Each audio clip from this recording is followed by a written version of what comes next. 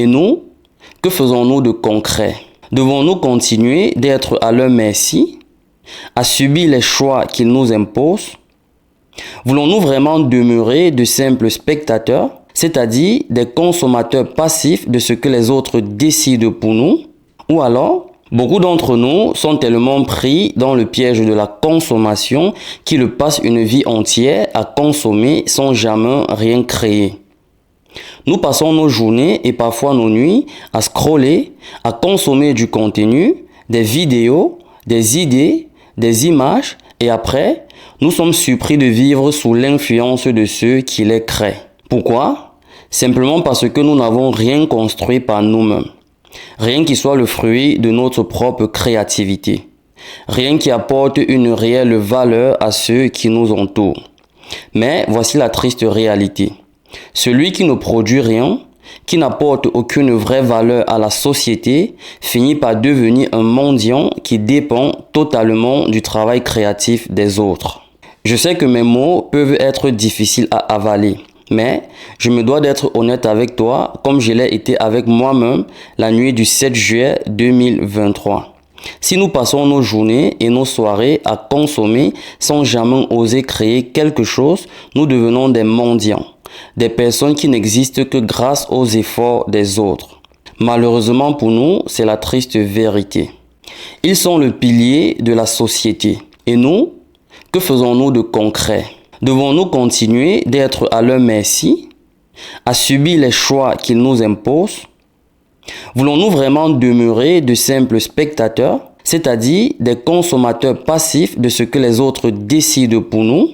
Ou alors, voulons-nous également devenir des acteurs, des personnes créatives qui laissent leurs traces sur cette terre? C'est la réponse à cette question qui m'a fait passer de simple consommateur à créateur actif, ce qui m'a poussé à écrire mon tout premier livre. Plus tard, c'est jamais l'urgence de l'instant présent pour vaincre la procrastination et bâtir de nouvelles bonnes habitudes. Ce livre symbolise d'une part ma victoire sur la procrastination et d'autre part, c'est la preuve que chacun d'entre nous a le pouvoir de créer quelque chose qui apporte de la valeur aux autres.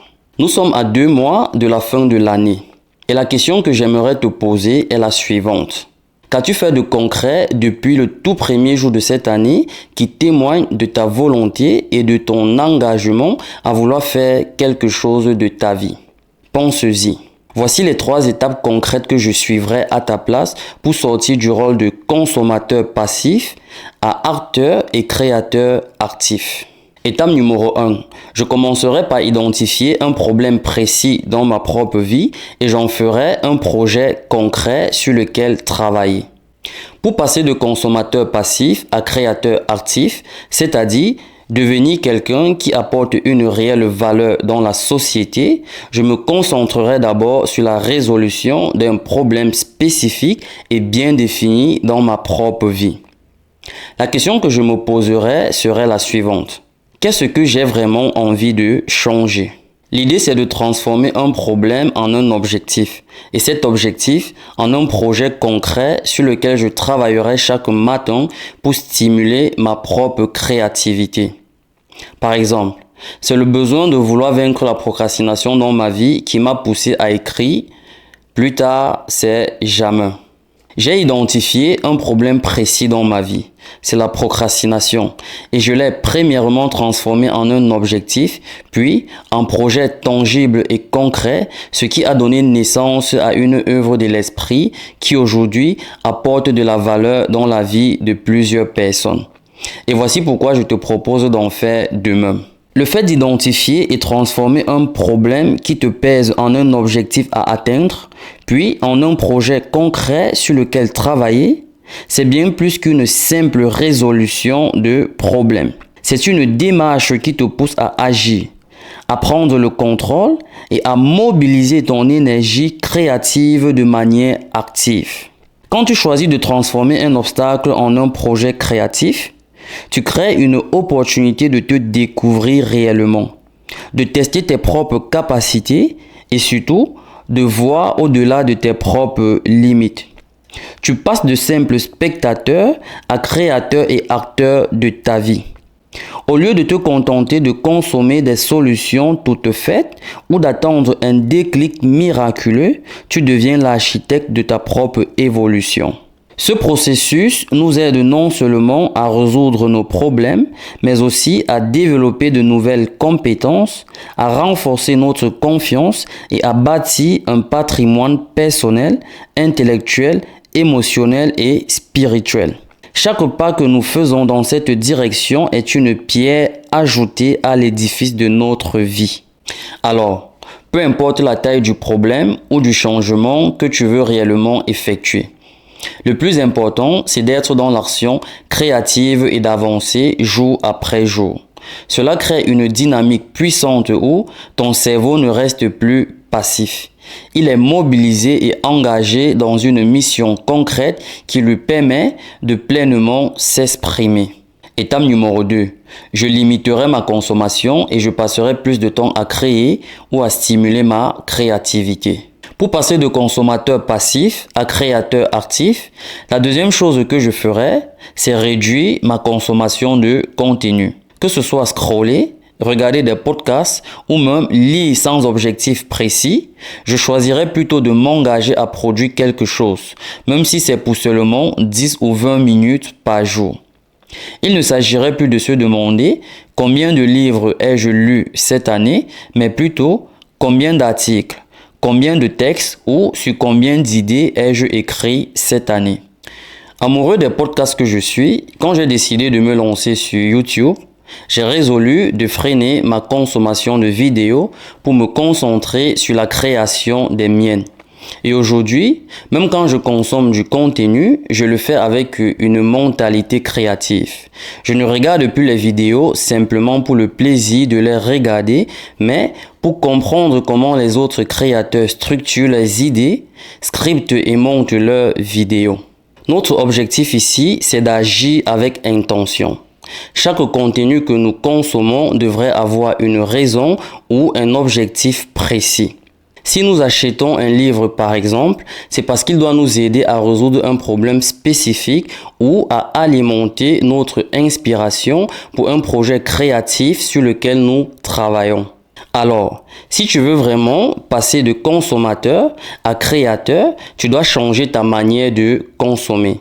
Tu dois consommer moins et créer plus. Et surtout, créer avec l'intention d'apporter de la valeur, de faire entendre ta voix et de te démarquer dans un monde où la plupart des gens sont des consommateurs passifs. Étape numéro 3. Je m'exposerai au monde.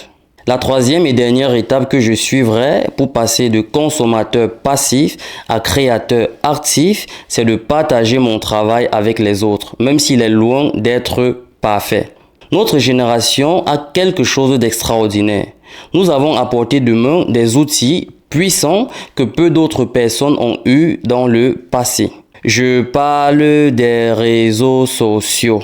Les réseaux sociaux sont une opportunité incroyable pour chacun d'entre nous, même si souvent nous avons tendance à sous-estimer leur potentiel. Imagine, il y a de cela 15 à 20 ans, personne ne pouvait vraiment savoir ce qui se passait à l'autre bout du monde. Mais aujourd'hui, en un seul clic, nous pouvons partager nos idées, toucher beaucoup de personnes et faire entendre notre voix. Alors, pourquoi ne pas en tirer profit et montrer au monde ce que nous avons à offrir? C'est exactement ce que j'ai commencé à faire en 2019 quand j'ai décidé de partager mes idées. Chaque article que je publiais était une manière de me confronter aux critiques, d'affronter le regard des autres et surtout d'apporter quelque chose de positif dans la vie de quelqu'un d'autre. Mais nous avons tendance à sous-estimer l'impact que nous pouvons avoir dans la société. Et quand je dis nous, je me mets en première ligne. Pourtant, chacun de nous a une voix unique, un parcours unique et une perspective différente. Et peu importe le sujet, chacun l'abordera d'une façon qui n'appartient qu'à lui. C'est pourquoi il est essentiel de partager notre travail créatif avec les autres. Regarde, combien de livres as-tu déjà lus sur un même thème, mais écrits par des auteurs différents? Et combien de vidéos as-tu déjà regardé sur le même sujet et chaque créateur a apporté une vision unique et un angle nouveau? Alors, pourquoi ne pas sortir de l'ombre pour montrer au monde ce que tu as à offrir? Laisse-moi te dire ceci. Ton travail mérite d'être vu et ton message d'être entendu. Et qui sait, peut-être que quelqu'un quelque part n'attend plus que toi. Conclusion. Je tiens à souligner un fait essentiel. Je ne suis pas responsable de l'interprétation, de la compréhension et du ressenti des uns et des autres. Mon rôle ici, c'est de partager ma vision, mon opinion et ma perception des faits sociaux qui m'entourent. Et quand je parle de projets créatifs, il ne s'agit pas des objectifs imposés, que ce soit par ton employeur, par tes parents ou par la société. Non, je parle de quelque chose qui vient de toi-même, une œuvre née de ton esprit, c'est-à-dire quelque chose qui résonne profondément avec toi, avec tes aspirations, tes rêves et ce que tu veux vraiment accomplir dans la vie. Chacun est bien sûr libre de scroller toute la journée et toute la nuit pour rechercher cette petite dose de dopamine instantanée. Mais si tu ne le sais pas, permets-moi de te l'expliquer. Chaque fois que nous scrollons, même avec pour simple objectif de nous divertir, cela renforce peu à peu de nouvelles connexions neuronales et bienvenue à la dépendance au smartphone. Ma mission est donc simple. Puiser dans mon expérience et dans ce que je sais pour offrir autant que possible quelque chose d'utile qui apporte de la valeur aux autres. Et aujourd'hui, je le fais à travers mes mots et mes vidéos. Alors, que cela plaise ou non, ma mission continue. Merci d'être resté jusqu'à la fin et surtout, prends soin de toi.